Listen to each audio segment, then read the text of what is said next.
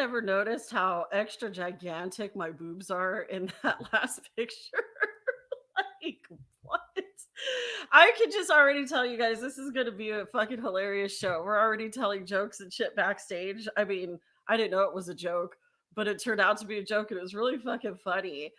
You know, I only have music industry legends on my show that you've never heard about, but you need to hear about. And I'm really excited about my guest this week, Tokyo Teens founder, who we'll talk about who Tokyo Teens are because I feel like it's been this secret up until now.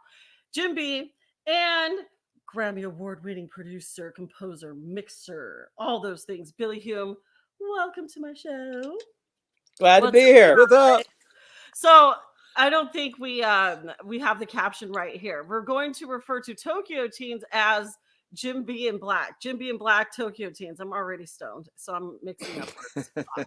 I'm fine. That's okay. Bubbling out with the whiskey. And Billy Hume. Am I saying your last name right? I've been practicing it, and I don't. Every time I watch your show on YouTube, I'm like, oh shit, I was supposed to pay attention, but I'm so intrigued by your production quality. You know, I have that problem too. I'm supposed to be paying attention, and what'd you say? Hey, I see what you did there. This is going to be a great show. Did you do that on purpose? Yeah, actually, I did. Okay. And I love your shirt, by the way, as we were just talking about the wonderful recreational, product that we use and storytelling, which is what I love to do. So about a year ago, I swear it was a year. Jim, you can reassure me that it's been about a year. Mm-hmm. I noticed that I was followed by Tokyo Teens, and Tokyo Teens was on my previous account. Hi, Camilla. Love her. Awesome. Thanks for joining us tonight. I loved how I was followed by this post-punk project in Atlanta, Georgia. And I'm like, what's this about? For a long time. And I've seen you be super supportive in the post-punk community throughout the country, throughout the world. We follow a lot of the same accounts. So then all of a sudden, just, I feel like just a few weeks ago, I finally get, a long-awaited direct message from Jim saying, hey, guess what? We're finally putting some music out. Would you like? Yes, I would like to cover. I feel like we were on something there for a while now. But what I didn't realize is that you were, really good friends with Bill. And you guys did like cereal box art and shit like that, which I thought was really super cool. Thank you. You told her about the cereal box? She found that out. I watched your show. Oh, the documentary. Yeah. Did we? Oh, we did talk about the show. Yeah, never mind. Yes. You showed it as well. Yeah. So I was like, the little kid in me who can't even eat cereal these days, which is really sad. I don't know. It's just super cool because I remember making cereal boxes myself. So let's talk a little bit about your dynamic before we get into music. Okay. Well, hold on. Hold your thought.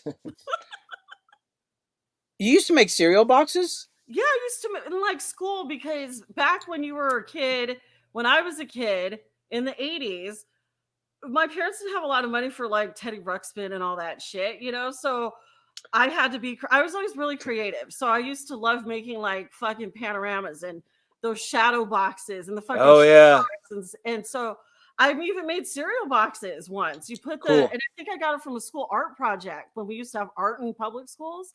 So I remember putting the construction paper on the boxes and making our own games and shit like that. So then I made my mom save the cereal boxes. That's cool. Because my kids don't draw, they don't read, they don't do anything creative, even though they're talented. But we should do like fucking cereal boxes, you guys. Let's do a cereal box episode. I will love to do a cereal box. We should do like a TikTok and draw 'em. Yeah, we're experts when it comes to cereal. So that could be a 2.5 hour show. Okay, so I'm 42. We could talk about cereal. I'm 42. I'm going to assume you're like 3 years older than me. Okay. Me? Both of you. Okay. Yeah. Sure. Yeah. We are. Can you still eat cereal? I eat cereal all the time. I can't eat it. My stomach won't let me do it. Oh, bummer. You mean the good cereal like, Captain Crunch. Captain Crunch and which Kaboom. is really painful to eat these days because I'm like, why does it hurt the roof of my mouth so bad? Was it this painful when we were kids? Yeah. Well, Captain Crunch will damage you. Yes, it will hurt you. Right? It's a weapon cereal. It's yeah. It's very cruel, yet delicious. Yeah, it is. But then, I get stomach aches and then I shit like green stuff. So it's like, Well, that's the good part. That's the good side of it. Yes. So I talked So, about so poop. horrible. So the dynamic clearly is, Yeah. this is why the energies, attracted Mhm. themselves to our DMs. This is how this all happened. You can tell the dynamic is similar to mine and, everyone that I love talking to. You guys talk about poop, cereal, art, music. So you guys have been friends for a really long time. Yes. Again, this is the documentary that I watch, Billy, because I like to do my research. And I like to know who I'm talking to so I don't sound like a dumbass all the time. So, you guys have been homies for a while, and from what I understood from the doc Freaking Out with Billy, was that you guys were hanging out, playing music together, and then for about 20 something years, you guys went your separate ways in the music industry, but you guys still hung out, like kept in touch. Yeah, I think we saw each other. Like you came out to that one party. Yeah. Yes. And then I saw you at the license place. I had to go get my license renewed, and there's a voice behind me, and I turn around, and it's like, it was and you were there, and your hair was all spiked up. At first I thought, motherfucker's still spiking his hair. Who the fuck does he think he is? And I was wearing makeup. Oh yeah, you had makeup on. And I was like, he's a grown man. Who does he think he is? But then I thought, actually, it's kind of cool. I kind of am envious of him. Like, he doesn't give a shit. I should spike my hair. It kind of was inspiring to me, man. Yes. And then we had the party. But besides that, I think that's the only time we saw each other in 20 years. Yeah, we didn't really talk that much. We were just kind of doing our own thing. We knew about each other, but, But, still, some friends, you're going to be, you don't have to talk all the time. Yeah. Just feel free to just pick it up where you left it off. Those are my favorite. Those are like seriously my bestest friends. And I have a good You're right. 4 of those. And it's perfect because it makes me feel better because I have so much anxiety because I can't always be on top of every relationship that I have. Right. So I can always tell, who's real and who's not. It's pretty dope though, because I guess from what I'm understanding, Jim, you wanted to say, fuck it. I'm tired of doing, even though it seems like you've traveled all the fuck over the place. You're on airplanes. Yeah. I could have whiskey in me. Yes. You've been all over the place. And yet you decided, let's talk about that. Let's talk about why you decided to say, fuck it, I'm doing my own project. Okay. You inspired Bill with, just fuck it, doing my hair, even though I'm a grown ass man, doing my spiky makeup-y hair. What made you decide? So that was one of my questions anyways. What made you decide to do solo and why post-punk? That's so exciting to me. I want to hear that story. Okay. Okay. Well, yes, I've traveled extensively around the world. I've played shows all over, many countries. Kind of as a sideman. And so I spent many years looking to my right at the lead guy. And I thought to myself, you know what? I can do what he's doing, and I can do it better, to be honest. And so I thought, you know what, man? I'm going to write what's on my heart. I'm going to write what I hear in my head, the music, not the voices in my head, the music part. And I'm going to put this together, and I'm going to reach out to someone who I trust deeply and that I know is going to work with me. It's going to do the best job that I could get out of anybody. And that was Billy. So when I put together enough demos, I reached out to him, and that brings us to where we are tonight. It's just that simple. It's not that easy for a lot of people. So clearly, Billy, and you're a busy dude. You can undercut it all you want and say, oh, we were just talking before the show about how lengthy your discography is, Billy, and it's diverse too. I mean, everything from hip hop to fucking metal. And when I say hip hop, that's really exciting to me because I love, I don't get to have a lot of hip hop names or big ones in my show, but Ludacris, Nappy Roots, Nas, and Nelly. What? and it's Southern motherfuckers too. I love Yeah, that. Bone Crusher was like my main dude. I got into hip hop. Well, I actually got into hip hop because my air conditioner repairman told me I should. That's a whole other story. Anyway, and he knew Bone Crusher and talked me into doing a compilation. And so there's a little Bone Crusher, Lyrical Giants, which was his group that was on. I can't remember what label they were signed to at the time. He knew Little John, who was an A&R at So Def, and a bunch of other guys. I can't remember everybody now, but I said, "What the hell? Let's do this compilation record." So it was all these guys, and L Rock, who's a famous, pop and hip hop producer, and I just became friends with these guys. I thought they're cool, and after we were done with the record, we never made any money on the compilation, but it got around town. Everybody heard my work.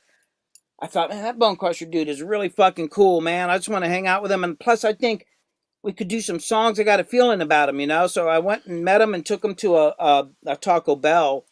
And I was like, hey, man, like, could we work on some songs together? I wasn't sure if he would want to, but that motherfucker was like, I want to work with that guy. So it's like, when I brought it up, he's like, fuck yeah. So we just started doing songs just for the hell of it. And I didn't realize that he knew everybody in town in the music business, because he was doing like artwork. He did the So Def logo that you see. He designed that. So he just started bringing everybody over. And I met all these people when they were like really on the verge of becoming famous, and we all became friends, and I went and hung out with them, and that was kind of like the gateway for me. So I just got to call out Bone Crusher, because if it weren't for him, Thank you, Bone Crush. Yes. Bone. Damn. Big Bone. Together. Well, it's pretty okay. So hip hop, metal, classic, all these things. I didn't hear post punk or dark wave anywhere in there in your discography. Oh, me? Is this new? Yeah. Is that what we're doing? So are we doing what kind of music are we doing? Well, it would be considered post punk. See, because maybe. Sometimes when I'm working, I'll make these references to the 80s. Mm-hmm. I'm just feeling this like really heavy 80s thing, and I look at you and you don't say anything. Mm-hmm. Well, it's correct. But what you're saying is we're doing a different type of music, and I didn't know it. No, you're correct. I pulled one over on you. Damn, this whole time. Here's me going, oh, don't fight, guys. I thought we were just doing 80s music. The interesting thing is this is blowing my mind a little bit, because there's been so much interest in this, and we haven't even released a song yet. Yeah. I mean, our first single hasn't even come out yet. But there's just so much interest, and it's hard to categorize exactly what we're doing, but I can say this. Yes, it has elements of post-punk, has elements of dark wave. It's a mix of 80s, the other 80s. Not the hair band. 1880s? Yes, the 1880s when I was born. They were like the 1980s. The kids, my kids are like, you were born in the 1900s. I'm like, you can go fuck yourself. Yeah.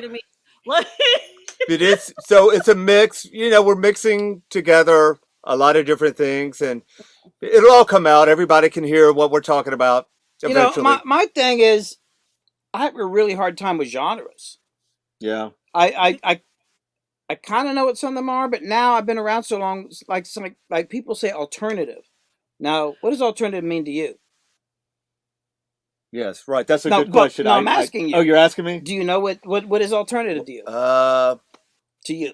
Well, to me, I don't know. When I hear alternative, to be honest with you, I think of college. I think of a time when college radio was big, and they were playing REM and things like that. Yeah. To me, that's alternative. Yeah, Jam, but that kind of shit. I've been around so fucking long that because I've worked within different genres and then different subsets of genres that kind of there's like these little mini individual cultures, but you'll hear things like that. An alternative, like with a lot of the Atlanta hip hop guys, if they say alternative, at least the guys from my generation, like late 90s, early 2000s, it meant they might have an acoustic guitar on it. Oh yeah, right. Yeah, and maybe like kind of like a a hook with like some vocals like by a white guy or white girl or something like that. But that's the extent. It's all it needed, and that's alternative. Yeah, that's all. And it was cool. It was cool. It was like really. So, but the thing is, because it was vague, it allowed me to do a lot of fucking shit. Oh, There's a guy who's got acoustic guitar. Cool. I could do shit. But yeah. Sorry, but when you say that, it's like I don't. Like, what are you talking about? I don't. And it's weird that I've had a career in the music business, because even when I was doing a lot of major label stuff, I would like have to really concentrate on what the genre was supposed to be, because I could get in trouble, because I'd just get a fucking hair up my ass and like, let's do that. It's like, no, they're expecting this thing. There's a lane here. It's got to be marketed this way, and that's just tough for me. That's annoying. Yeah. I think how obnoxious that would be, because what if that's just what comes out? And then, you know what I mean? But you know what, the whole thing that's interesting to me about the whole, why, and I could tell you why you're getting such a huge response, you know, with Tokyo Teens, because there's something about, no one's talking about this much from other podcasts and things that I've been listening to, because I am like obsessed with this, what I call new wave of dark wave and post-punk and goth music. Right. You weren't allowed to call it goth music, you know, in the early 2000s when I was like in the clubs and stuff. You weren't allowed to call it goth music. Now you can. But the thing is, I don't know what's happening is it's being done right. It's appealing to generation from people, elder goths from, you know, the ages of, I've seen 70-year-olds at these shows who were like, you know, they're early in the punk scene, but mostly what I'm seeing is a lot of Gen Xers, a lot of my good punk friends, especially my friends who were like heavy into punk in, you know, the 90s, late 90s or early 90s and stuff, are now into this post-punk. They either go through to this post-punk dark wave goth scene, or they go to, or genre, or they go to surf music. And that's what they're doing instead of like heavy metal. There's, you know, instead of punk. So the reception is huge. And what I'm noticing is it's so popular to where I go to the goth club here in Portland, Oregon, and I see a diverse crowd. It's not just goths in the club. There's hipsters there, dancing actors, which is they're newer post-punk. You know them. And the other thing that I'm noticing too is I think the community has a lot to do with the popularity and the appeal to this genre of music. It's so good. It's just being done right, because it feels like the 80s, but it also has this twist. Almost every band is getting it right. I just spoke to Haunt Me, who's in Austin, Texas. Love them. Yeah, see, and love them.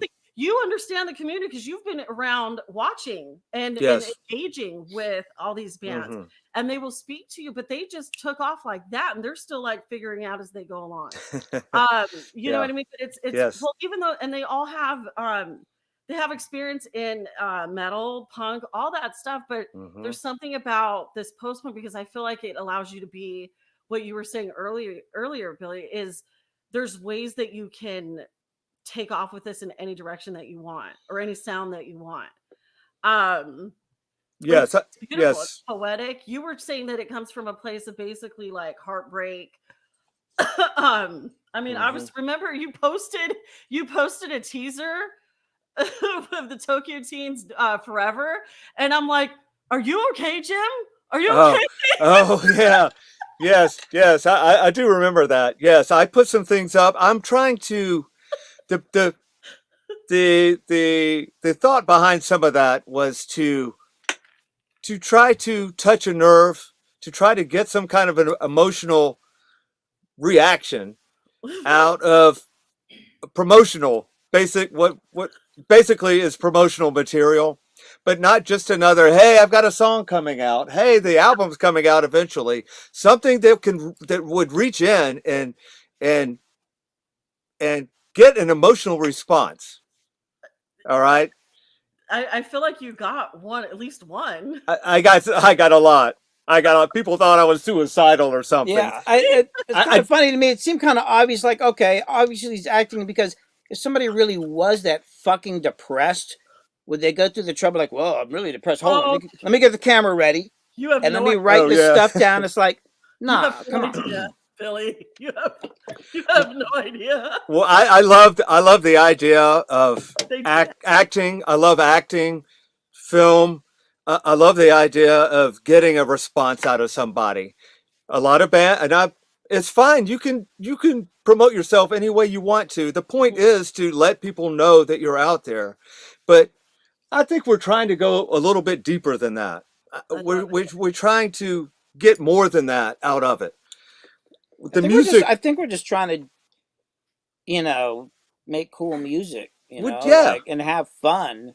It's like for me, I mean, done all kinds of music, but when it's the best stuff, the stuff that has legs and does something, it's because it's something I can't write down, but there's a feeling I get. It's like you get really excited, you get kind of giddy. There, like when you make the right kind of music, you can play it for people, and they'll say this thing like, well, I don't normally like this kind of music, but I like this. Mm, And I got to feel yeah. like so far, like the little response of people come to the studio that I play this stuff, that's the response I've gotten from this. I've only had it happen like literally 5 or 6 times in my life, like literally over the last, Thank you. 87 years or so. Yeah. Yes, it's good to get that response. So, yeah, and that's a good point, though. Yeah. To kind of reach across the board, and like you were saying, it can reach generations Mm-hmm. and fans from all different groups. A music that will reach everyone in some way, and like you said, maybe they don't listen to this particular style of music, but they find something in this that they like. And that's the appeal. It's actually quite magical. And again, as a woman who likes, who used to be, the only melanated-ish goth in the club amongst all these, pale Yeah. white vampires, I love the diversity that I see at a Yes. post-punk show. Also it makes my husband feel less tense because he's like not into metal, and he's like, please don't make me have to do a mosh pit and save your ass again. You know what I mean? Like, but it's just, there is something for everyone in post punk. He resisted it for a long time until I forgot. I think he was listening to Gary Newman, Mhm. who changed his style, but it's still Yes. it's still considered post punk, Right. alternative, Mhm. 80s, synth. Mhm. Also, I think what's nice too is you can make a really good song. We used to call, based off that movie, The Rocker. Have you guys ever seen that movie, The Rocker, with Rainn Wilson? I think No, you'd I get don't a think kick so. out of it. You guys should, you know what? Okay. Can we get stoned later and watch that? It's been a while. But it taught me a lot about music because I love like how bands work. I have no musical talent. So I want to be kind of like a professional-ish groupie where I can go follow and cover the story of these bands and get to experience the story. So it's just really interesting how we used to refer to, oh, well, that's not rock and roll, or that's not good music because they're using like what he refers to in the movie, a devil box. It's really just synth. And so we went to go see Boyd Harsher, and Oh, I yes. remember my husband whispered to me before they started. This is the first time we saw him. He's all, got that devil box, and I'm like, yeah, but listen, bitch, listen, and look at them now. So it's just really interesting how there is something for everyone. And it just all comes, I mean, it's poetry, and I love the poetry. Like Vision Mm. Video is how it's Mm. this fun type of cure dancey type of music, but it's also coming from a place of heartache, sadness, and despair, things that Dusty went through when he was in Afghanistan. Right. So it's beautiful. Where does the Tokyo Teens, if you want to give any spill any beans, but where does the passion come from? Where are the lyrics coming from? You said you wrote songs down or demos down because of something you were feeling. Who broke your heart? Who's asked do I need work? God. How many times? Which Let me one? get the list. Yes. It's all compiled. Eventually, they all hate me, but no. But you know what? These songs are very real. It's real, and there's no denying it. There's no denying any of it. Yes, the songs are real. They're life experiences of mine, and it's reflected in the lyrics, of course, but also in the music, because the music's very cinematic, Yes. very dramatic music, and so it all fits together nicely. But yes, it's real life experience. So All of it. All of it. I'm getting all these teasers. Can we get some timelines of what to expect? Some timelines. Yeah, what is the timeline? What's We that? gotta get that one song done. Like we're gonna go ahead and release one soon. I mean, that's up to you, but Yeah. I'm almost ready because I added those other vocals, and Yes, we're so at it's the almost, end of finishing up the first single, which is called Forever. There's several teasers out on that one. It's just the most straight ahead song probably that we have. So that'll come out first. We'll probably have two more singles. One of the singles was part of that was featured in the documentary, Okay. and that's called "Do You Believe Me?" And that's where Billy's layering the lap steel guitar and stacking those tracks, and so that probably will be the next single, I think. Okay. Uh, there's a little bit of Forever up in one of the videos, isn't there? It is. Yeah, there's a little bit of Forever. Yeah, I know Yeah. viewers can hear and see a bit of Forever on Billy's channel, which again, for my viewers, I'm sorry, maybe can you put that up for me, my love biscuit, because you can't do a banner. Same. I'll put it up. I swear I'll put it up. Just a banner of your channel, because that's where you can actually get. And thank you for the mystery, making us follow these breadcrumbs about Tokyo Teens. I really wow. Is that what we're interactive. doing? Yes, If you've been doing it unintentionally, it worked for me. Like I said, I've been following for a year, and and you came right back. You were one of the first people that came right back to me when my main Michelle Halloween account got disabled last year. So I appreciate that. Oh, thank you. Yes. I love what you do, by the way. You're doing a lot, and you have a huge presence. And you know, it doesn't say thank you. And I really appreciate that, because the visibility, that what people don't understand, it's not about my following.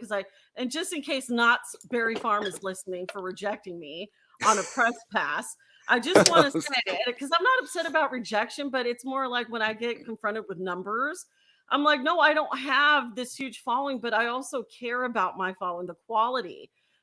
Right. I just want to be this presence to help. Basically, I do this from a place of love, and I think that's why it works so well. Yeah, I agree. Place of love, and I love music. Music has helped me, so I'm just trying to give that back. So thank you, for all of your support and everything that I do. Sometimes it doesn't make any sense. I just do it because it's just me. What makes sense? Yeah, exactly. I'm not interested in constructs anymore. That's the way to live.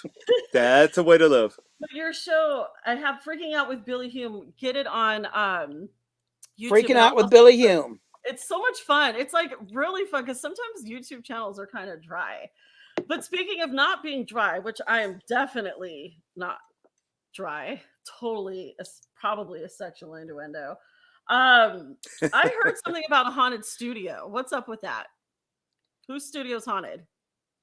So I've got a studio just north of Atlanta in Norcross called The Zone. We're in my home studio right now. We're up in North Georgia, north of Atlanta. But the studio, The Zone, which I've had for decades and where we work together, it was like my band rehearsal room, and I had my own little personal studio back in the 80s. But it's called The Zone, and that's where most of the work I've done, I did.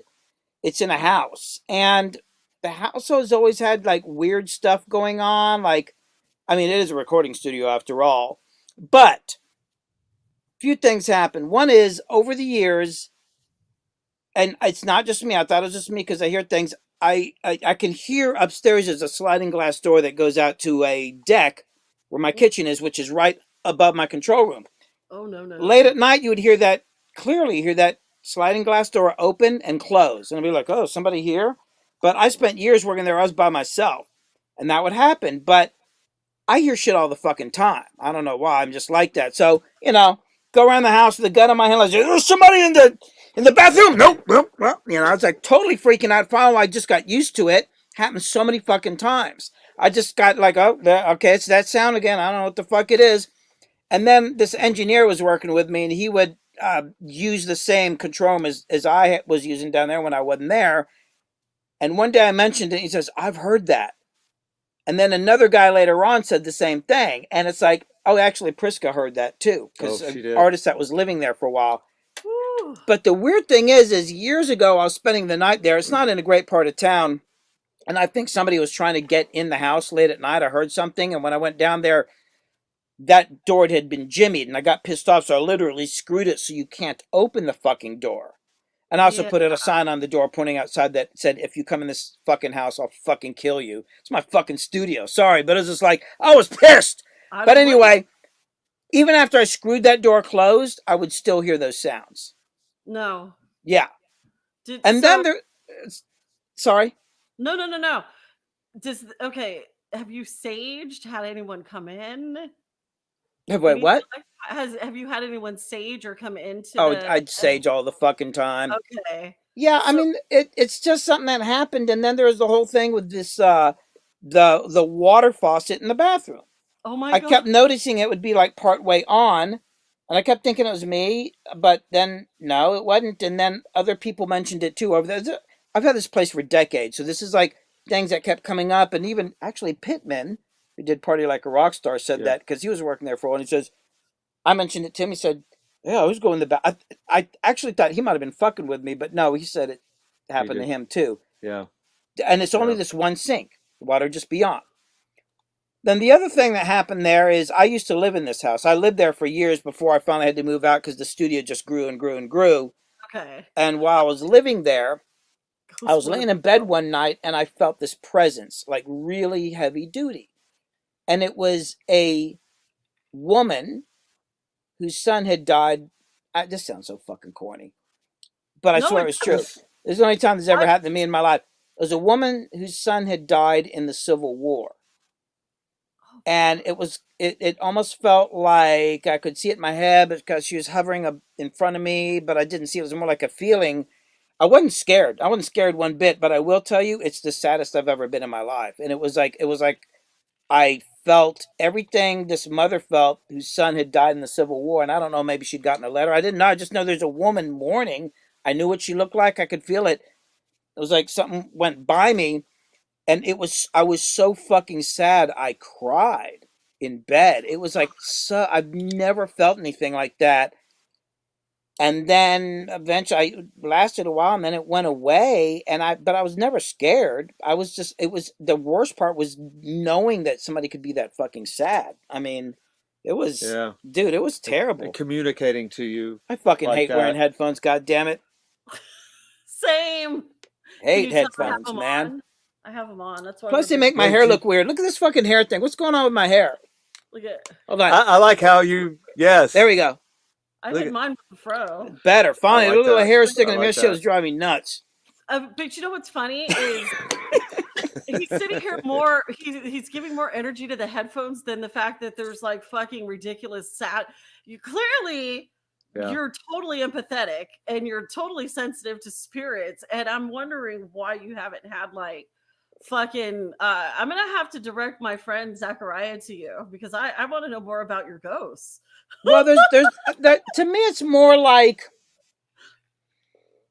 there's like these coincidences that happen. I think somehow this stuff's connected. Oh, here's another weird thing. So my studio, the address is, I'm not going to say the street name, but the address is... oh, you have to because... Well, I got somebody living there and I got a good alarm system. So anyway, 1066 Williams. Okay. Well, that's very common. And... 1066. Okay. Do you know what happened in the year 1066? No. Was that a year? There was once a year called 1066. There was? There's actually also a really shitty compressor made by DBX. It's one of their shittiest compressors called the 1066. It's shitty. And I got two of them. It had a nice connection, like nice balance line, ins and outs and all that. I got two. It's got a lot of good lights on it, but it sounds like shit. But that has nothing to do. That's not this coincidence. That's just some bullshit. But anyway, year 1066, William the Conqueror invaded England. Okay. So my name's William. My street's Williams. William the Conqueror invades England in 1066, and that's my address. That just seems kind of weird. Of course, I was there for like 15 years before somebody pointed that out to me. You lived there 1,066 years. Dude, that's another coincidence. I feel like it. I absolutely feel like it has been that long. God. And I'm just correlating as you were reading this because you keep talking about coincidences. I call the coincidences. I call those synchronicities because in my spiritual journey, evolving spiritual journey, as I open up more and more, there's not coincidences aren't just coincidences. There's always an explanation. As you were sitting there describing the events, this is what my producer husband person sent to me. Exactly verbatim is what you were saying. 1066 was a momentous year for England. The death of the elderly English king, Edward the Confessor. You just said that basically. Something's up here. Something's working here. All right, let's not make it weird. Oh no, Jim, I'm not done. oh, There's one more part to this story. And it's not the studio there. It's actually where I'm at now. So this is where I live, and this is down in the basement of the house I live in, which is in north of Atlanta, north of Cumming, Georgia. Georgia. And, oh yeah, I'm mature. it's a great place to live. Let me tell you that. I love living here. Love living here. No, but so this property, my parents used to live here, and my dad built this house, and then they died, and I bought it out of the estate. I bought it from my siblings. My dad designed the house that we live in now. So the house has a porch that goes all the way around the house. It was always their dream, a covered porch. And it's got like in the roof, it's got the windows that stick out like the dormers. So it's got 3 dormers, and it's beautiful, right? And so my dad had it custom designed. My mom and him kind of drew out the plans. They had blueprints made of it. And while it was being built, they were living up here. He has another small house on the property. It was starting to go up, and they're starting to put the dormers in. And this guy that lives down the street, whose family has lived on this road for generations, and they knew each other because he does gravel work, so my dad would hire him. He's driving by and sees the house being built, so he stops and comes up and goes up to my dad and goes, "How'd you know?" And my dad's like, "What do you mean?" He says, he points at the house. He's like, "How did you know?" My dad is like, "What do you mean, how did I know?" He's like, "How did you know to build it like that?" And my dad's like, "Oh, no, this is something we designed, my wife and I." And the guy's like, he's like, "This looks like the house that used to be here." So where my house is, literally where my house is now, is like an old farm, right? Like there used to be a farmhouse here. And, when they bought it, then they're like, "Oh, it used to be a farmhouse up on the hill." And as a matter of fact, out in my front yard, there's still these stone walls out there that there's now like vines and moss growing on. And we just leave it there because we've kind of excavated some of it. It's the old foundation for the old house that was here. So we're kind of at a slightly different angle. So our new house sits kind of catty corner over part of the old stone foundation, right? So anyway, the neighbor who'd lived there, his family has lived here for years. What he was saying to my dad was, he says, "Your house looks exactly like the house that used to be here, that burnt down fucking a long, long fucking time ago." Whoa. Yeah, amazing. Same exact design and everything. Like the same amount of dormers, the wraparound porch, everything. What the hell? Yeah. Yeah. And of course, there's been the voices in the woods and shit up here, but whatever. And so, that's common, right? So that's, well, I mean, yeah. But see, I hear shit anyway. So that's been a story about how this house looks like the house that used to be here that burnt down. So about 2 years ago, we were having some work. We needed to get some work done. Like, we were going to get more gravel. So we called the guy from down the street. Like, this is like fucking 25 years ago or 20 years ago when my dad found all this out. Same guy, we hit him like, "Hey, BJ, can you bring some gravel up?" He's like, "Cool." And we're walking around the property, and we bring up that story with him because he's the guy who said it, but we never actually, after my dad told me, it's not like you say, "Hey, did you say this?" It was just something that you knew he said. Years later, 2 years ago, whatever, we're talking to him, and I bring it up like, "Hey, it's kind of a cool story, And he's like, "Oh, yeah, that's kind of cool, talk about it." And then he says something kind of funny. He says, "Yeah, Roy Martin, his house, it was a beautiful house." And Chris was like, "Wait, what'd you just say?" And he said, "Yeah, the guy who owned the house that burnt down, that my house is on front of, his name is Roy Martin." Oh. My wife's grandfather's name is Roy Martin. What the fuck? Not related, but same fucking name. Related. Oh. Same name. That's some crazy ass shit. Same house on the. We were just out there like dumbfounded. Did And you there's one other detail, but I can't. Crystal, my wife, would remember because I always forget shit. It's pretty amazing. That's I That's want pretty to know amazing. so I that go from one, and my dad's heard voices up here when the house is being built, and I've heard voices. It's like, because we're like on old Cherokee land, like the Cherokee homeland and all that's not far from here. Trail of Tears is like oh fucking shit. 3/4 of a mile down the road, like the original route. And God, I remember one time being up here, like way back before my parents lived up here. When I used to have parties up here, and I'd stayed up all night eating mushrooms or something, and everybody was asleep, and I was down by the lake, and there was mist on the lake, and I had my motorcycle up here, and this guy just comes walking out of the mist, and we start talking, and he actually lives down the lake. He's actually down there. Weird thing is, I've never talked to him since then. Yeah. This is like 30 years ago. Anyway, Yeah. he shows up, and we start talking, and he says, "You want to go ride motorcycles?" And it was just starting to get light after having been up all night. I was like, "Yeah." So we got his bike, and we rode through the fog and went down to the edge of the world. Yeah. But he started telling me these stories, like there's supposedly this Cherokee treasure of gold out here. And then we'd be walking through the woods, and he's like, there's some of these trees have tree spirits. Dude, that shit was weird as hell. That's crazy. And I know he lives down the street. And then he left, and we've never talked since. It was just that one time. Have you seen him since then, or you just? Well, it was a long time ago. I think I've seen him. Okay. I don't know. It's like I wave at people out here. Billy, you need. What the fuck's up with my hair? Look at this shit. Maybe it's being pulled up by a spirit. Maybe that dude's dead, and he's like fucking with your hair. Just let it. No, flow. I think my brother talks to him. You should. Hey, man, you should get a. Look Should how I go long- have a conversation? Look how long and flowy your hair is. Let it flow. No, my hair's all fucked up. I just hate headphones, man. Let I it just ain't the flow. headphone thing. It just doesn't work on your speakers. Fuck that Yeah. computer. Yeah. Anyway, Jim, it's your computer. Jim, what's your ghost story, man? Don't you got a ghost story? That's what I get for buying my computer at Big Lots. Oh well. Note to self. Hey, when was the last time you went into a Big Lots? Halloween. I don't season, remember. baby. Like 10 Really? years? Yeah, probably. It's Okay. been a while. What the hell? Hey, you guys what see happened? that? Oh, Was it your elbow? my computer just does things. I That thought goes, it was a man. ghost thing. In the old days, you go to good Big Lots, Yeah. and it would be like It was pick and like save. cereal or something, or they'd be like cereal, but it would look really fucked up. Like, is that like a fake cereal? But Oh. next to it would be like blasting caps, or like sledgehammers, or like Yeah. I don't know, just weird a shit. And, casket. That's what it was. yeah, and that's what I loved about Big Lots. So I went back last year Uh-huh.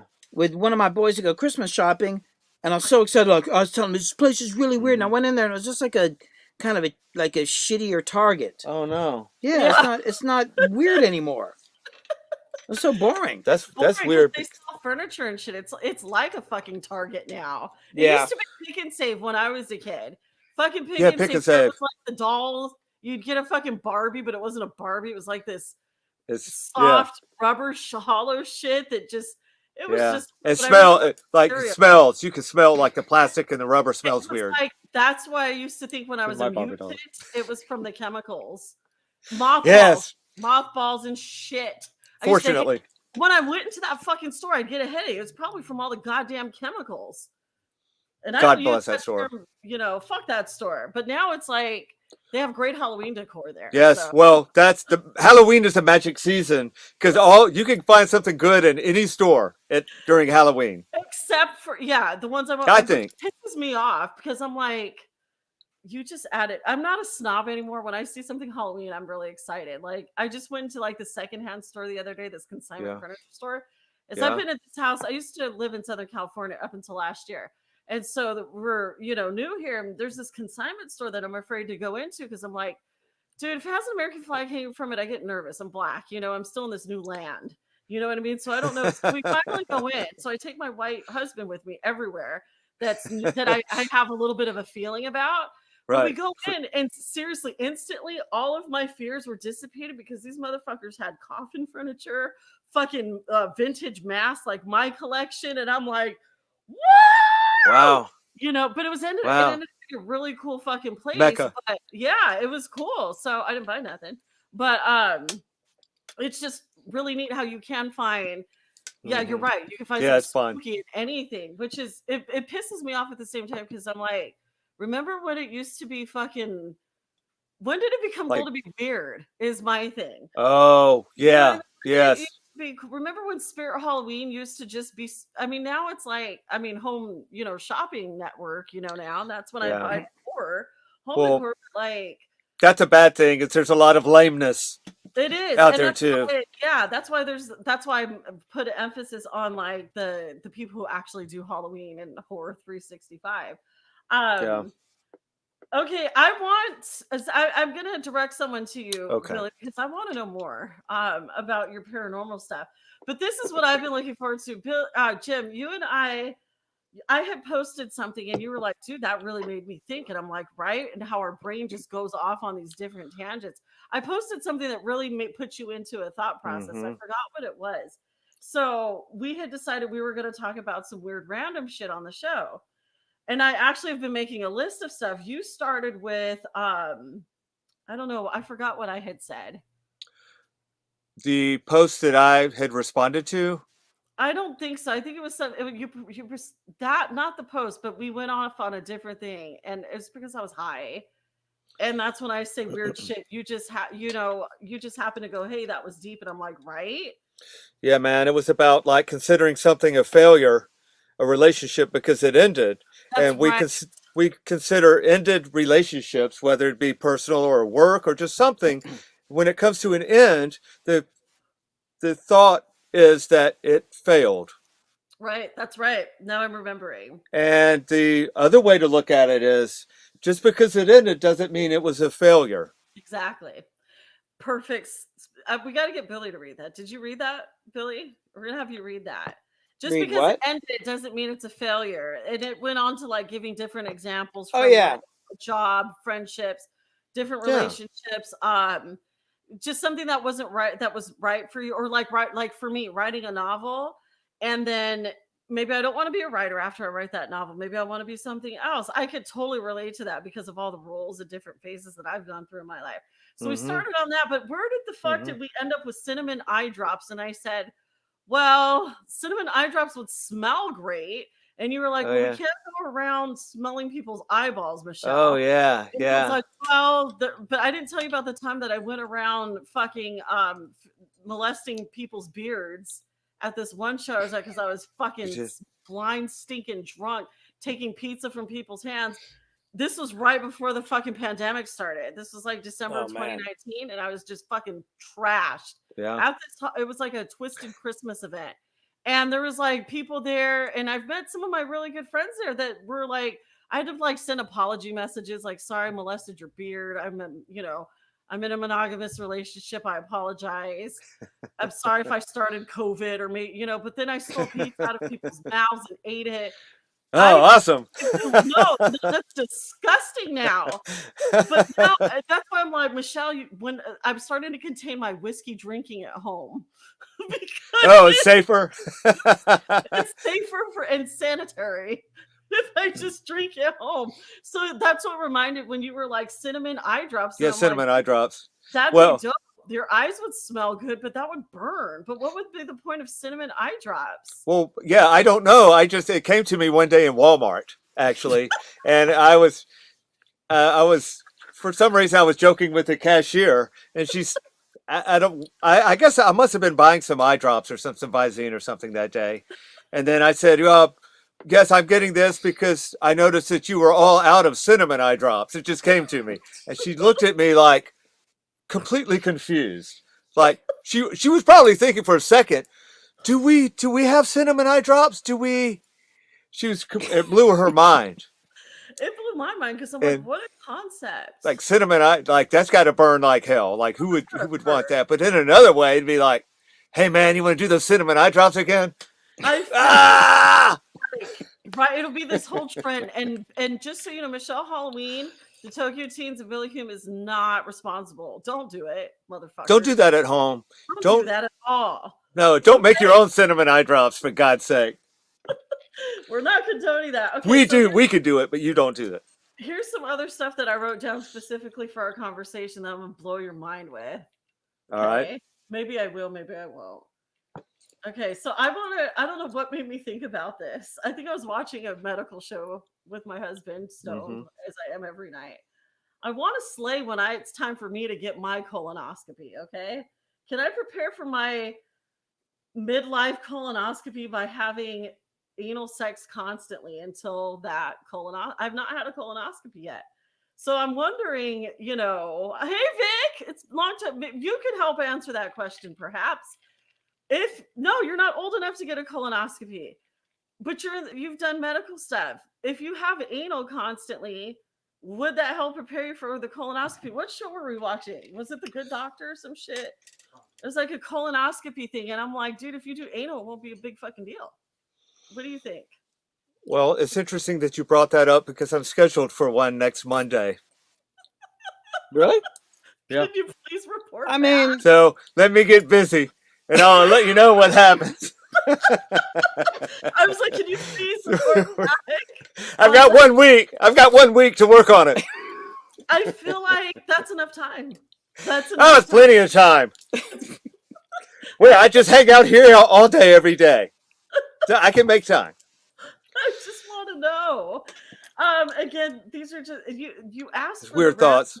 Yes, Yeah, weird random thoughts. so here's another one. I love Nicolas Cage. In fact, I'm really considering figuring out how to interview him. And I don't think it'll be that hard, but I think it'll cost me money. But I think I want to do it. It'd be For cool. people who can't stand, see, apparently it works. So you have a week.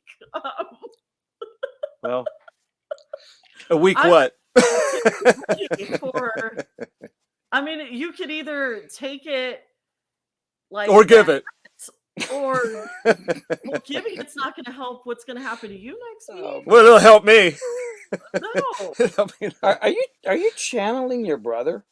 How much swear- that sound just like my I brother, keep don't I? thinking that I'm sitting with Steve now. Yes. Yeah, my brother. He's You know, it's weird. So I was actually in a band with his brother, Oh. Steven, who's also a bass player. Okay. Like because used to come to see us play, yeah. and then he's like, he plays bass too. I Yes. was like, that dipshit. It's amazing. No, but I You're- swear it's and the funny thing is, like, y'all have like this, your humor's so weird that sometimes I actually do forget which one of you I'm sitting with. Yes, and our voices sound similar. Like just so for on a the second phone- there, I kind of wanted to. I was gonna look over and see Steven. Who was I'm sorry talking about to? Sorry about that.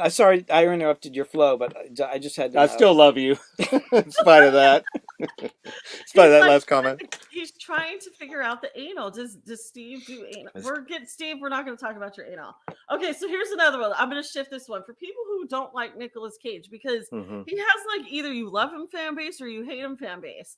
And one of my best friend's daughter was like, I really hate that guy. I'm like, why? He's so fucking awesome. Nicolas Cage is like fucking cinematic treasure, dude.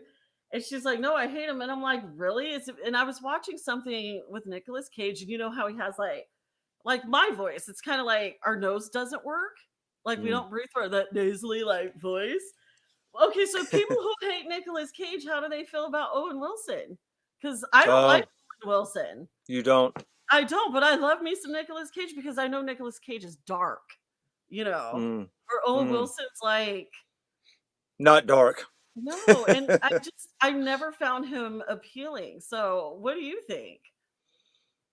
I don't know a lot about popular culture like that, and But so you love I mean, to act. Okay, you know I'm- who you're.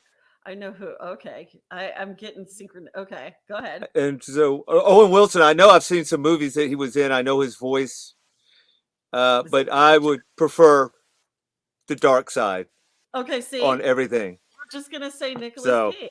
Okay, Yes, I agree with you. because definitely. it's fucking dope. Okay, what about? Do you know Chris Pine and Ray Liotta? Yeah. Okay, we know Ray Liotta obviously because he's He's the fucking- guy that ate his own brain in Hannibal. He's every movie he's in, he's a dickhead. I don't know. He's like a Fucking monster. asshole. He's Hannibal scary. Hannibal fed him a piece of his own brain. That is him. Yeah. Right? Yeah. That's yes. Ray Liotta Yeah. Yeah, in Hannibal. in the Yeah. show or the movie? Oh, and God, he's In the like, movie, yeah, the movie and Hannibal. But by the time you get to that point of the movie, Uh-huh. having seen him through that movie, you're happy that he's eating his own brains. Yes, he deserved He it. fucking deserved it. Yes. He's I Yes. used to find him highly attractive back in the day, like when he was like in Goodfellas and all that shit, right? But then he got older, and it's like, some men age He lost it. well. He lost all his hot. Okay, Johnny Depp is still fucking hot. I'm still like, go Johnny. Okay, but also he's gross. And then I'm looking at Chris Pine, who's like this up and coming actor who I don't love, but he's in all these fucking like action movies. But he's in like this Chris new Pine was You know Star him? Trek. Huh? Yes, The yes, the new Star first, Trek. the first Star Trek done by what's his name? J.J. Abrams. J.J. Abrams. Yeah. William Yeah. Shatner. Where it allows them to retell the whole Star Trek story because of some of the time shift. But he's so Captain Kirk. his dad died. Yeah, but anyway, he's fucking badass, He man. is. He I love really Chris is. Pine. He's But- fucking badass. He's handsome. Okay, because I'm always objectifying men just from being objectified by them for a lifetime. So You I'm could gonna do that. the fuck out of men. Okay, so You I'm could like, do that. look, he can be hot in some movies, and then he could be like, dude, he could be like Meth Damon in some movies, where I'm like, dude, are you having a moment? Maybe he's diabetic, type 1, and I don't know because I didn't look him up. But I don't know. So hopefully I'm not being an asshole. But I just saw him because I went to go see Doctor Strange the other day, and he's in this new movie, and I'm like, oh, is he gonna be hot or not? But what is he like, fucking Ray Liotta? Is he? He's like Ray Liotta when Ray Liotta could be hot or not. Ray Liotta's definitely hasn't been hot for the last at least 15 years. Those are my random thoughts. It's your turn. That's interesting. Interesting. I'm just making people think. Well, I don't know who the young person is that you're talking about. That Chris Pine. Yeah. Don't you watch Star Trek movies, man? huh?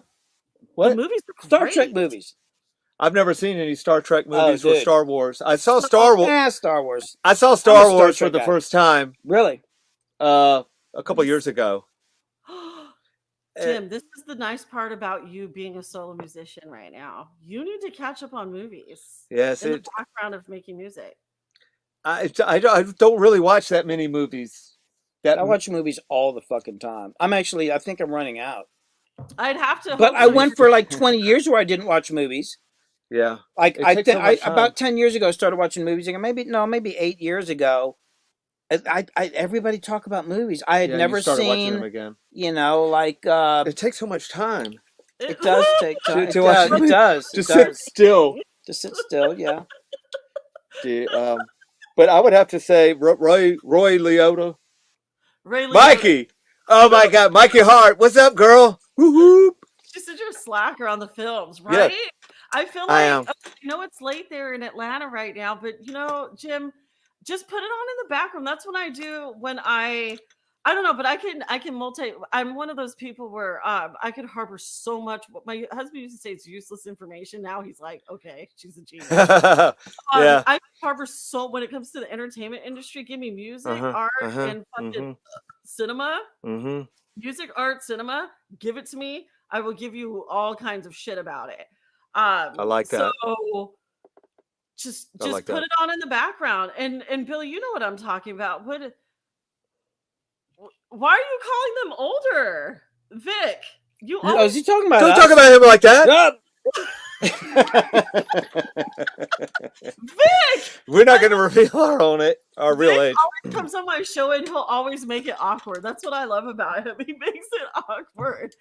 Vic doesn't realize that he's actually a very, very handsome gent. So much so that my very cis, straight, male, white husband actually hugged him. No.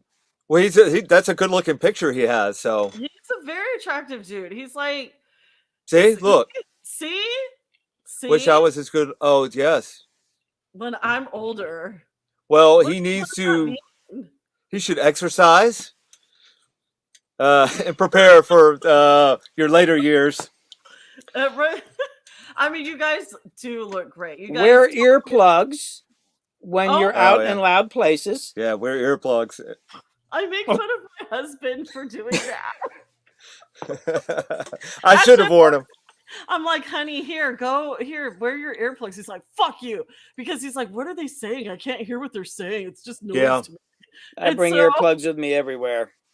Okay, you heard it from Jimmy or Billy and Jimmy. Wear earplugs. He's giving me the look like, "See, told you, bitch." Like, wear earplugs on Wednesday. Maybe you'll hear the actors. I'm gonna Also, see a, actors Wednesday. also a lot of lotion. Use lotion. I concur. I've been telling them that. I Use have been lotion. telling them that. Use lotion. Oh, it's super old. He said, "Oh, he's Thank you. thank you. Yes, thank you. We hope to get some endorsements out of this from somebody. Bathe in college. Geritol. I was Some- just Geritol. Nobody- I have not heard about Geritol. I forgot about that. Didn't there used to be like Geritol commercials? Geritol and Jack Daniels. But what was Geritol a pill or something you drank? What If the you fuck drink was it? Geritol, it's supposed to be like vitamins. Do you know about Geritol, Michelle? I mean, I remember I saw the commercial. I didn't want to think about it, It's like but something. now I need to know. It's something they would. It's something old people were supposed to drink back in the 70s. don't drink anything from the Geritol. 70s, because then you'll feel like it's still 1990. Like some people I know, you know what I mean? I don't know. I just swear lotion and stay hydrated. Yes. There And you go. Bingo. There's cures for hangovers now. Like there's like ways you can get liquid IVs and shit. So there's no way you Yeah. can have fucking rock and Yeah. good time. I just forget. You know what I mean? I'm gonna put this comment up since y'all are putting Oh, the fight. Yeah, because Sexy man. shy. He's Sexy really man. shy. And here's his loud, obnoxious wife, who's like, the best kind. I The think only kind I have, I'm telling you. right. You don't want a quiet, wimpy wife. I mean, Unless I'm like ready to fight teenagers at Knott's Berry Farm. Maybe that's why they rejected me for a press pass. Or maybe it's too early. I don't know. I was just like, don't look at my numbers. Quality versus quantity. It's important to me who I follow and who follows me. So you're absolutely right about that. That's something that I learned actually. I haven't been on Instagram. Really hasn't forever. We're still kind of new at that a little bit. But having massive numbers just for the sake of numbers is just doesn't make sense remember that. to me. Oh shit! That reminds me. I got to check my following. No, just Yeah, kidding. yeah. How many do I have today? It's that time. But I want to say one thing though, Michelle, real quick. I want to. There's some people out there that are so awesome, that have been so nice. You're one. Darkness Calling, Jay over there at Darkness Calling. Wait. Hold on. I'm putting up name. Jay Darkness Calling. Thank you. You introduced me. Darkness Calling. I can't type that fast because I have with Jay's a badass. Follow him. Help me here. This used to be your job. Okay. Keep going. RTM, Ryan Thomas Mitchell, who is Yes. he's done some artwork for me that I'm gonna bust out here soon. Do. And I'm so appreciative that he did that for me. He's super cool. Also, I know that you know about Procession Magazine. I do. And I love everybody over there. Renee's cool. They're all cool. Chris, they're all awesome people over there at Procession Magazine. They're fucking dope. Yes. In fact, I'm very inspired by their work. I am too. And the way that just the layout, the look Right? of the magazine is just, to me, groundbreaking. It They're breaking rules. They're changing the rules. They're changing the game. Excuse me. And the people, the artists that they have featured in every issue that they've had so far, everybody's been fantastic. And so big ups to all of them over there, man. I love those people. You know, Jim, like I was saying earlier, you've been super. I've seen you in the community a lot. And how do you feel about the whole post-punk scene between all the bands that we follow mutually, between Hot Me, Vision Video, Actors, Twin Tribes, everyone that we follow all the same people? How do you feel about post-punk before we end this live? How do you feel about this community? It's like a family, isn't it? Everyone's super supportive of each other. Yes, and that's what I love about it, because everyone supports the next guy to his right and his left. So it's so welcoming. Everyone's welcomed in. Everyone falls under the big umbrella. There's different little sounds. There's different sounds. Each artist is a little bit different, and they're all welcome, and everybody supports one another. And I honestly feel like that it's going to explode. I think it could be the next big thing. I don't know if that's a good thing or not. I don't know. It may not be a great thing to happen, but I think it would be a great thing to happen personally. I think it's going to explode. I think it's the next thing. I just feel like it's bubbling, and the whole thing's boiling a little bit hotter. It's rising a little bit, and it's going to, I honestly feel it's going to blow up. And here's another thing too. Every big musical movement has been accompanied by a fashion statement. Mm-hmm. And you can look back on punk, the Beatles, Elvis. Fashion runs hand in hand with music and music movements and big happenings in music. And that works perfectly with goth or post-punk or whatever. There's a fashion associated with it. Mm-hmm. And I just, the way I'm looking at it, and I'm thinking it's going to blow up. And I certainly want to be a part of it. And I feel like you've already fucking nailed it, and you are a part of it, Jim. Tokyo Thank you. Team. You've been part of it for a whole year because you're doing it right. You're about community. You're about, and that's the other Yes. thing that I've noticed too about you, both of you. You're interested in teaching. I picked that up with your website, Billy, Jim. Just your support for the post punk that the bands that have come right before you. Mm-hmm. And you're absolutely right. This is going to bubble over and be something huge and traumatic. And the same thing, I'm trying to get in because I love intimate shows. And I feel like that's going to be a problem. It's going to be kind of a thing of the past. So I'm always going to stay with the indie side. But the thing is, you're willing to do the community work where it's like support each other. There's no bullshit, and there is room for everyone. So people need to keep that in mind. Billy, you should know you've worked in the big music industry. Would you prefer doing things independently or working in the big time where you can't, there's limits to what you can do as far as your creativity? That's why I love this independent post-punk scene so much. There's no limits. I like all sorts of things. Like I guess on the indie side there's more freedom to be creative musically and all that, and it's just, usually work on smaller teams. If you're dealing with the artist, then it's it's between you and the artist, and you make a record, right?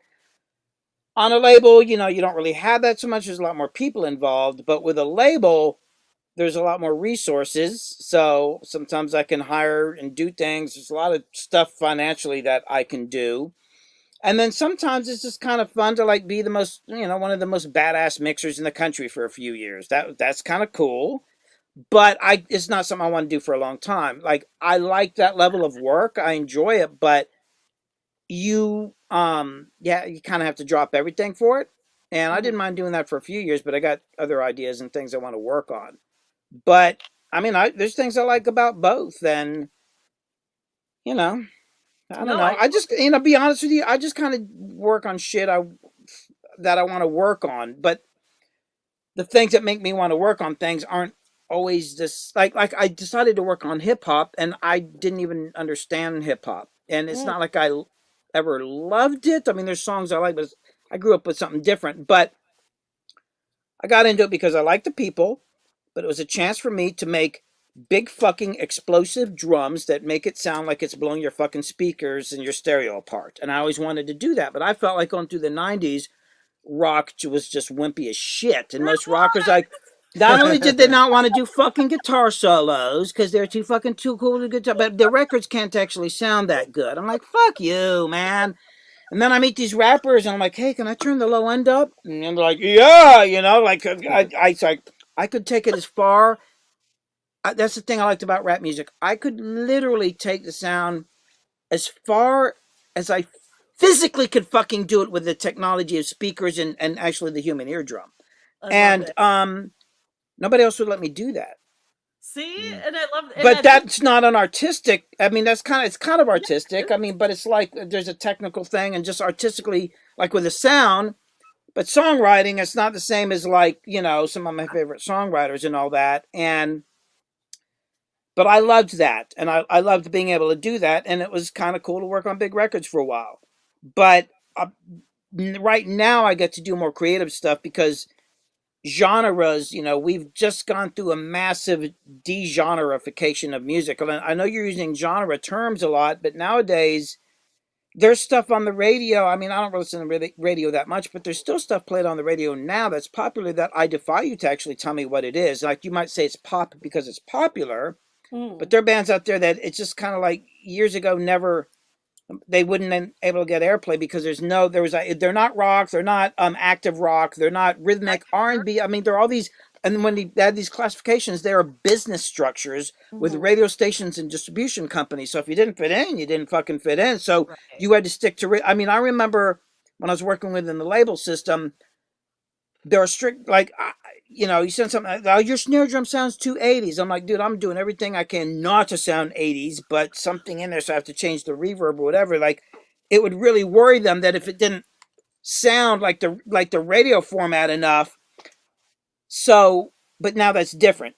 It's very different now, and I love that. So it's kind of, I get to be more creative now than I ever have in my career. However, the money in the business is like it pales in the comparison to what I used to make. Like, it's like all of us just, I mean, our industry, and I work a lot, but the fees and all that are way less than they used to be. And I really blew up at what was literally considered the height of the record business as far as like selling CDs and all that. I think that peaked in 2000, 2001. That was the peak. We didn't know it at the time, but that was the most money was coming through the music business, and we're all riding high. Interesting. That's interesting. The ebbs and flows of. Oh yeah, no, you're right about metal. Yeah, not metal.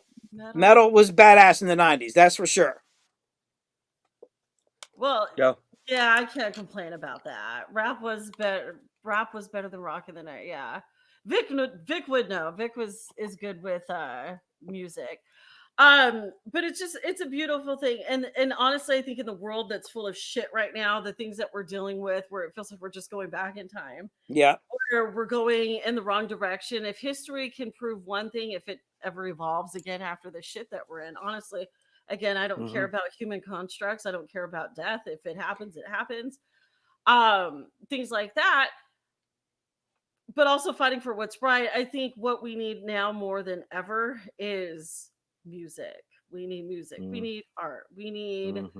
I know that's a quote that's gone around for a long time, but it really makes a lot of sense. Where we need music, and I think you're right, Jim, where you said the post-punk is actually going to explode, and I think it's going to be a good reason, because the people that were in it before who knew something about it, or even the people that come and knew that it touches for the right reason. I think yes, it does. It's going to be a type of healing for our, utopia. It is, because music is medicine. Yes. It heals. And, for those of us who can appreciate the darker music, we live in dark times. So it just makes sense that you would go to that place to find some healing, to find some kind of emotional rescue from it all. Yep. It's also a time machine. Yes, it is. It could take you could travel anywhere in time. You know what I'm talking about. I do. It's magic, man. So, and of course, this type of music would speak to us in dark times. I really want to write music with you guys one day. Let's do it. Let's get in a room and get on some guitars or something and a piano. No, like, seriously. Okay, so you guys, thank you so much for joining me. Again, it's a huge fucking honor. Just the the dynamic that I have with Jim, I love, and I can't wait to continue. I hope you allow me to continue covering everything Tokyo. Yes. Really, I mean, I'm totally a fan and a friend now. I can't wait to just, the more I uncover about you, you're like this. I just keep pulling back these flower petals with you. You're so much fucking fun.